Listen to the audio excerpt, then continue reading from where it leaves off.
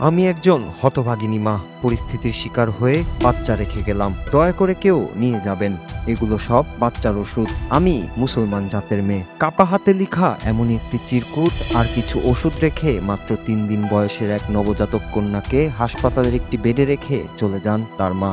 Dinajpur medical college হাসপাতালের শিশু ওয়ার্ডে গত বৃহস্পতিবার রাতে ঘটে এই ঘটনা। চিরকুটের কয়েকটি লাইন যেন হাসপাতালের প্রতিটি মানুষের হৃদয়ে নাড়া দেয়।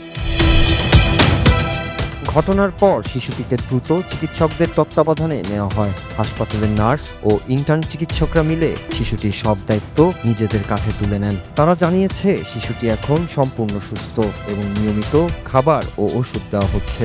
এমনকি এক ইন্টার্ন চিকিৎসক জানিয়েছেন, আমরা সবাই মিলে চেষ্টা করছি যেন সে মায়ের অভাবটা টের না পায়। এদিকে খবর ছড়িয়ে পড়তেই হাসপাতালের শিশু ওয়ার্ডে ভিড় জমে অসংখ্য মানুষের। কেউ এসেছেন শিশুটিকে একবার দেখার জন্য, কেউ আবার আগ্রহী হয়েছেন তাকে দত্তক নিতে।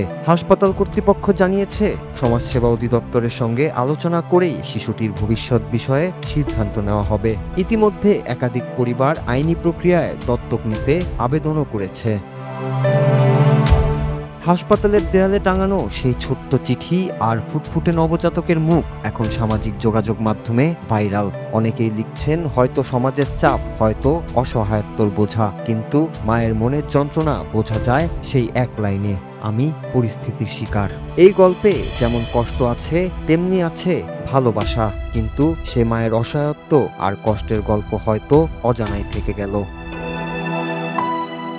নূর Raju, Bangla TV news desk.